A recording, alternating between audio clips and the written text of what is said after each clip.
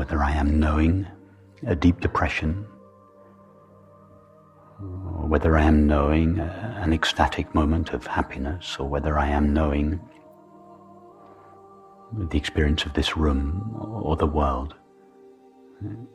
Each experience is lit up by this knowing equally. All experience shines brightly with the knowing of it. This knowing I, that I am, is the common element in all experiences, and is therefore not limited by any particular experience.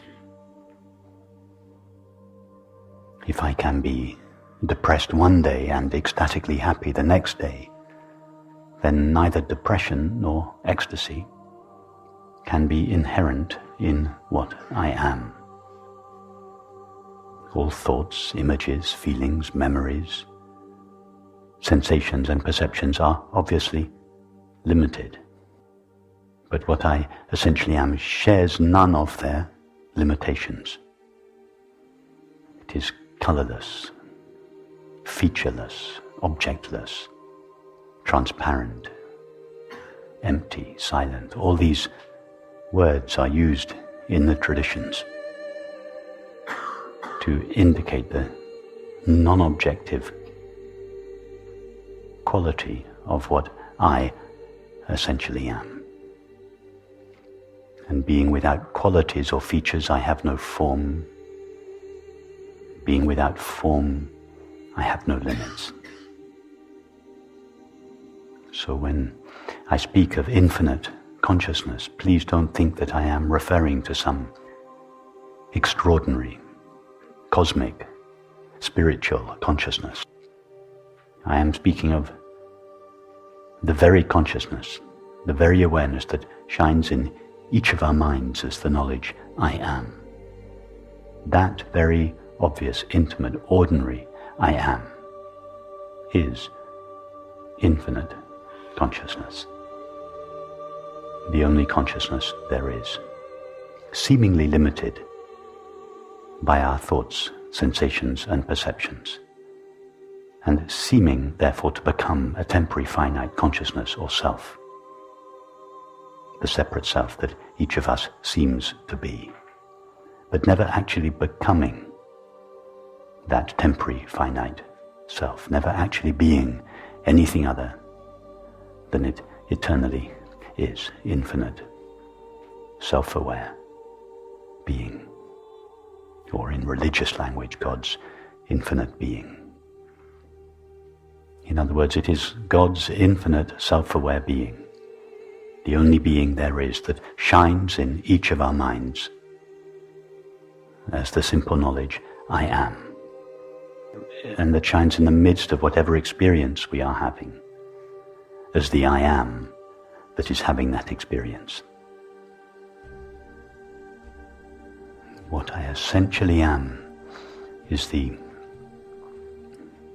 self-aware screen or space of awareness which colors itself with its own activity, and in doing so assumes the forms of all experience, and then loses itself in its own creativity. Awareness veils itself with itself. It is not necessary to go anywhere or do anything. It's simply to see yourself, awareness shining in the midst of all experience, to cease losing yourself in experience.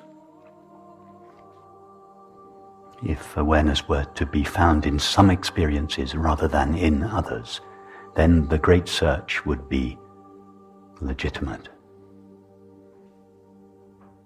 All there is to experience is the knowing of it. It is up to us whether we allow experience to eclipse or obscure that knowing, or whether we allow experience to shine with that knowing. Those are the two choices. Our life will unfold in accordance with whichever choice we make.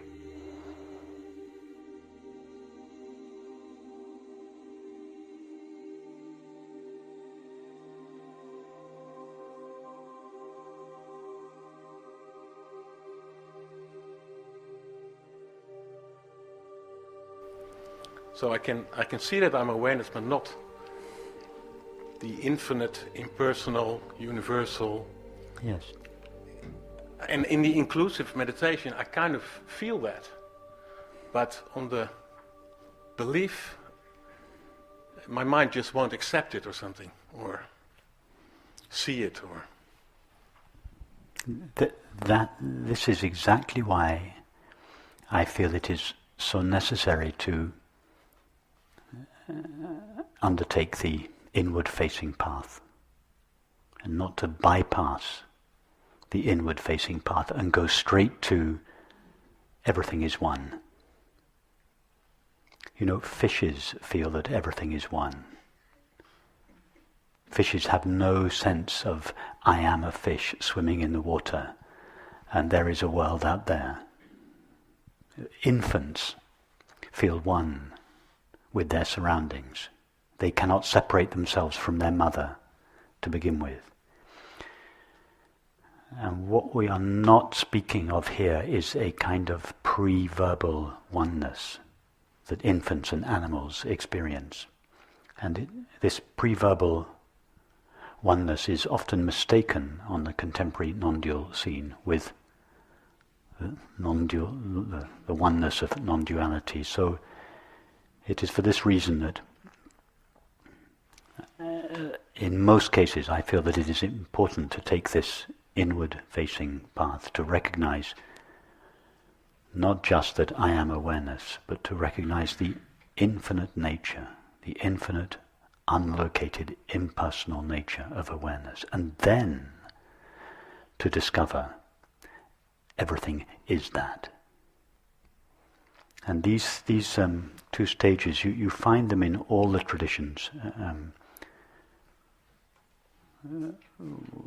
In the Zen tradition, when they say, first the rivers are rivers and the mountains are mountains, then the rivers are no longer rivers and the mountains are no longer mountains, and then in the third stage the rivers are rivers again and the mountains are mountains again. So the first stage and the last stage, they appear to be the same. To begin with, the rivers are rivers. That's how the fish and the infant experiences. In the last stage, the rivers are rivers again. But in the first stage, consciousness is merged with experience. In the last stage, experience is merged in consciousness. So although everything appears in the same way, its reality is felt and understood to be infinite consciousness. So the first discovery, the first stage, is to discover the infinite nature of awareness, and then to discover that everything is that.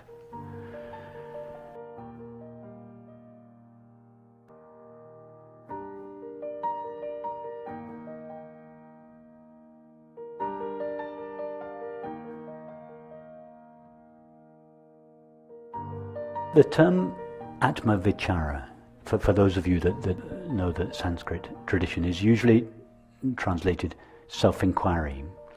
And a better translation, or a deeper translation, is self-abidance. And in fact, both self-inquiry and self-abidance are implied by the term Atma Vichara. So again, we could break it down into two steps. The recognition I am awareness requires some exploration or inquiry into our experience. For instance, what we did last night was the first stage of self-inquiry. Notice that our thoughts are always coming and going, but whatever it is that knows our thoughts always remains. Notice that feelings are always changing, appearing, disappearing, but whatever it is that is aware of our feeling remains in the background to know the next feeling, etc. So in this way we we, as it were, we explore our experience and we notice this presence of awareness in the background of all changing experience. This is a process of investigation. It's sometimes in Sanskrit it's referred to as neti neti, or I'm not this. We notice that my thoughts are not essential to me. They come and they go, but I remain. My feelings, sensations, perceptions. So we distance ourselves from objective experience. We walk ourselves back until there is this recognition, yes, I am that which knows experience. I am nothing that is known. I am the knower. That is the recognition, I am awareness. That culminates the first half, we could call it self-inquiry. It is an investigation into what we are, and it results in the recognition, I am awareness. Now, from there, the second part could be called self-abidance. There's no more any inquiry to do, at least not to do with this. In this second stage, we simply rest as awareness. We simply abide in and as awareness. And in this abidance, its qualities, its innate peace begin to impress themselves upon us. So the first step of this two-step process, the self-inquiry step, is more active. We're exploring our experience, we're exploring our thoughts, we're exploring the presence of awareness that remains behind our thoughts. It's investigative, we're doing something. Whereas in the self-abidance phase, there's less doing. It's more like a resting of the mind in its essence. Being aware of being aware. That's self-abidance. So, and it's not a clear line. It's not, first of all, we do self-inquiry, then we do self-abidance. In practice, there's a grey line between the two. One of them flows into another, but then there may be a time where it's necessary to come out of self-abidance and start to inquire again. Something we may be caught by a particular feeling, in which case we may have to walk ourselves back again. No, I am that which is aware of this feeling. This feeling is not essential to me, no matter how intimate it may seem or no matter how painful it may be. It is not essential to me. So now we are walking ourselves back again to our essential self. And then again we abide. So in practice it's back and forth between the two. But as time goes on, there's less and less inquiry and more abidance.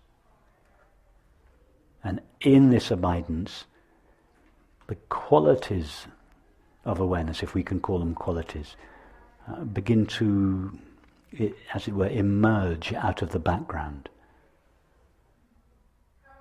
And particularly the qualities of peace and the sense of fulfillment. Or if we don't want to call that happiness, let's just call it the absence of lack. So there is we feel less and less disturbance, less and less agitation, but also the sense of lack which has motivated us all our lives. The sense of lack begins to evaporate. It doesn't mean to say we walk around with a broad smile on our face all the time. It's not a state of happiness, just that the feeling of lack, the chronic feeling of lack that has accompanied us most of our lives, it evaporates. And that evaporation it's not an experience. It's the same way that a headache leaves us. We couldn't say that, we wouldn't describe the disappearance of a headache as an experience. It's the dissolving of an experience. It's difficult to describe the disappearance of a headache in positive terms. We don't have a name for it. So it's like that. It's the evaporating or the dissolving of the sense of lack. And the name I give to what remains is happiness. No, the name I give, it's the common name for it's a sense of there is no lack, there is no suffering. It's not an extraordinary experience. It is the essential nature of our being that everybody has access to. But most people don't notice it because of the exclusive focus of our attention on objective experience. But to go back to your question, if there is something to investigate, investigate, self-inquiry.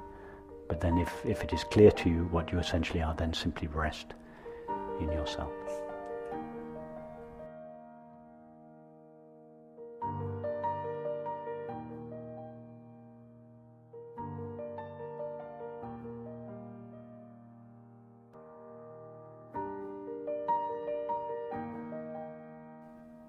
Awareness's primary experience is to know itself. If awareness didn't know itself, none of us would know that we were aware. But the experience of being aware, is it an extraordinary experience, or is it the most obvious experience there is? It's not a mystical experience or a spiritual experience. It's just the most ordinary experience that nearly all people overlook. Why? Because of our fascination with the objective content of experience, thoughts, feelings, sensations, and perceptions. Because we're so fascinated by the movie, we seem not to see the screen, although all we are seeing is the screen. It's very difficult. I've noticed this, that even people who have been studying and practicing, I don't just mean studying philosophically, but studying and practicing the non-dual teaching for many years, for decades, there is this lingering feeling that the body is aware. That right now, as we sit here, it is I, the body, that is aware. And once we start there, all our subsequent ideas and beliefs will contain this original error within them. It is not the body that is aware. It is awareness that is aware. And awareness is not a property of the body. It is not the body that has consciousness. It's very deeply ingrained, and it survives decades of non-dual practice, meditation and study. It really goes to the heart of the matter, to really understand now that it is awareness that is aware. It's true that awareness must, as it were, collapse into the finite mind in order to view objective experience. I grant that. But the knowing with which the finite mind knows its knowledge and experience is not itself finite. That knowing I cannot say that knowing is here. That's the first error. I point to the body and I say knowing is here. You're right, knowing is here. By here we mean the place at which experience takes place. Yes? Now have you noticed that wherever you are, it's here? Yeah? So here is not one particular point in space. What is meant by here? Here is the place at which experience takes place. What is that place? Here is not a place in space. Here is the dimensionless here of consciousness. And just like here is not a place in space, so now is not a moment in time. Have you noticed that it's always now? We cannot think of consciousness.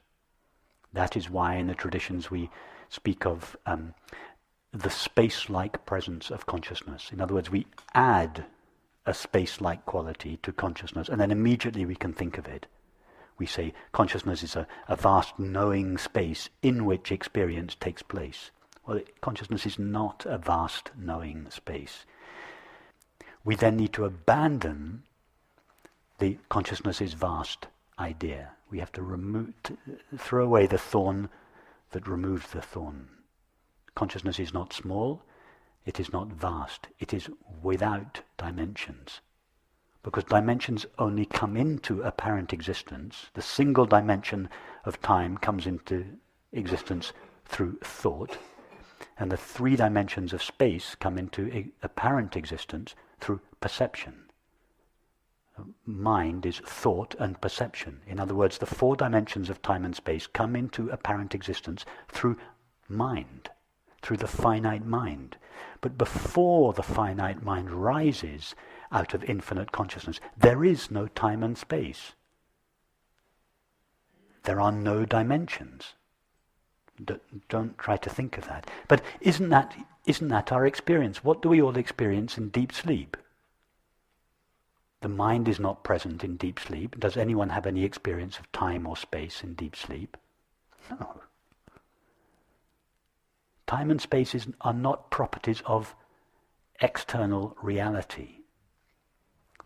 Time is consciousness refracted through the prism of thought. Space is consciousness refracted through the prism of perception.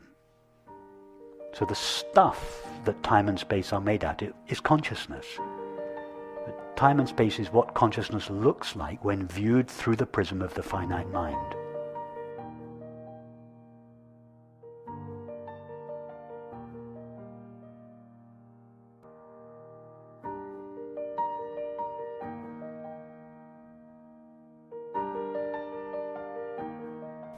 If I were to ask you the question now, are you aware? What would you say? Yes. Okay. So you have now just made the effortless effort that you were referring to earlier. How much effort was required for you to be aware that you are aware?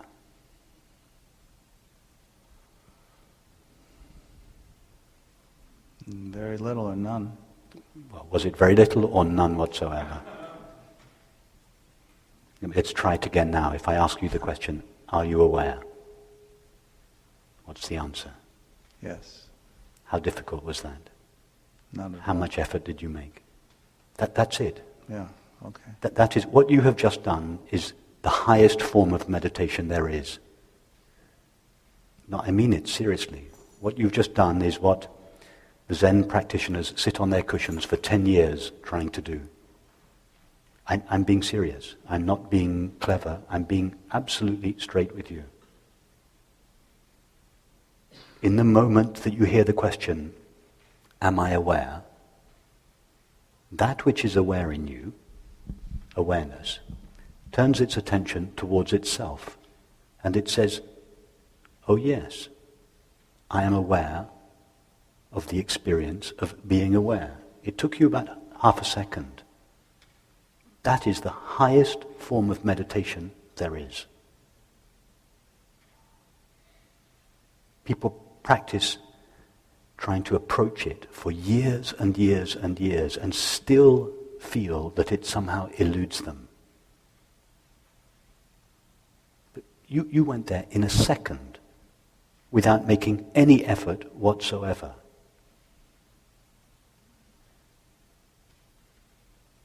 Meditation is simply to remain there. And if you ever find yourself going away from that, you just ask yourself the question, am I aware? And your attention goes back to being aware. That's it. Meditation is just to remain being aware of the experience of being aware.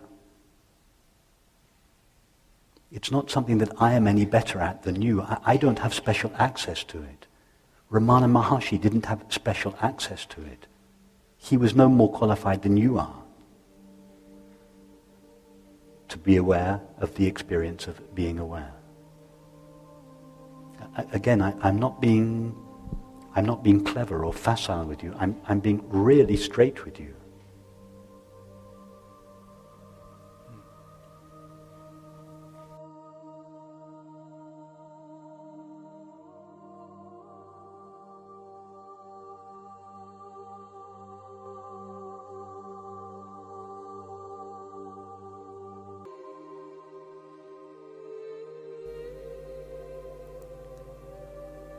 I am.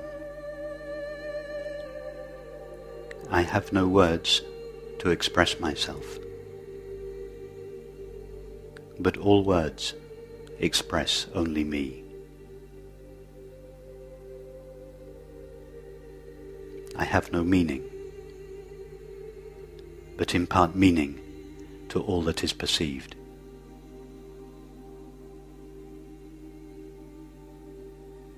I am without beginning and end,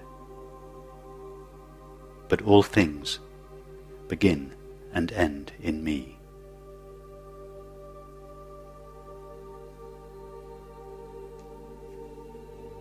I am the knowledge in ignorance. I am the answer in the question. I give myself and receive myself perpetually. I lend myself to all seeming things. I forget myself to taste the sweetness of longing. I divide myself to know the tenderness of friendship.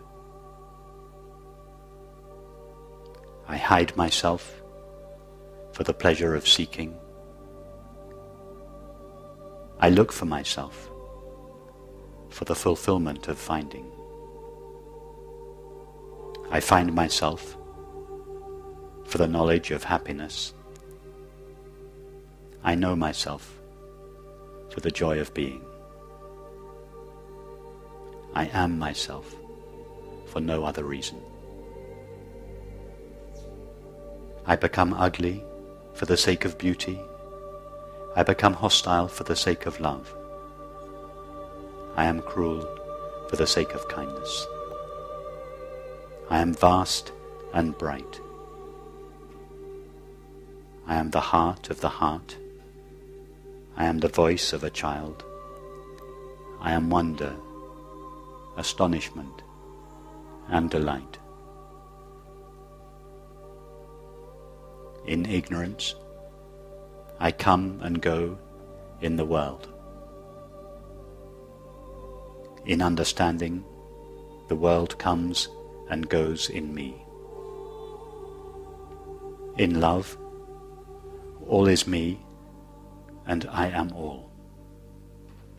But for myself, there is no I or all. I am lost in the world, and the world is lost in me.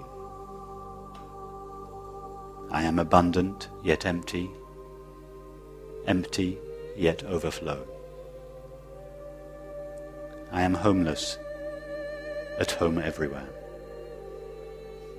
I am helpless, but help all things. I have no cares, but I care. I have no desires, but I long for your heart. I wait without waiting. I cannot be recognized, but recognize myself in all things. I have no substance, but am the substance of all things. I have no experience, but am all experience. I depend on nothing, but all things depend on me.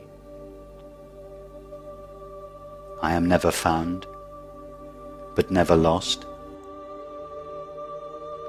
I am the embrace of lovers, and the love in an embrace.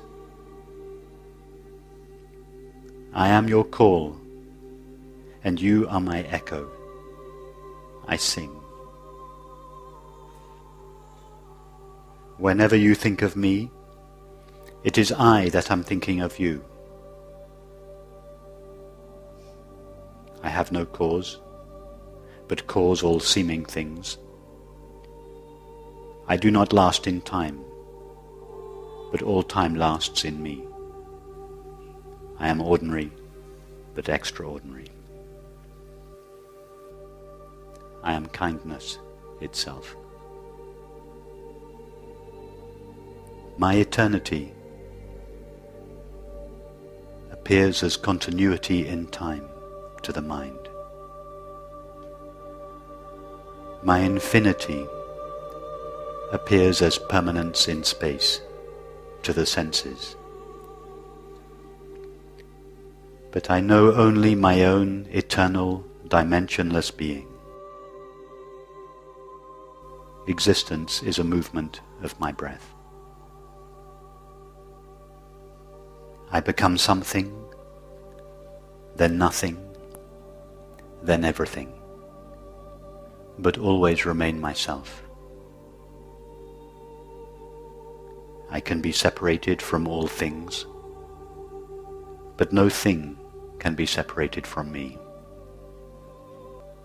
The world is my mirror, and I am its lover. I am the open, empty, luminous space of awareness, in which all experience appears, with which it is known, and out of which it is made. I am peaceful like the sky. I am open like the sea. I am empty like space. I am luminous like the sun. I shine by myself. I am the substance and reality of all seeming objects and selves. I am the light of pure knowing. Turn towards me, and I will take you into myself. I play, I enjoy, I am.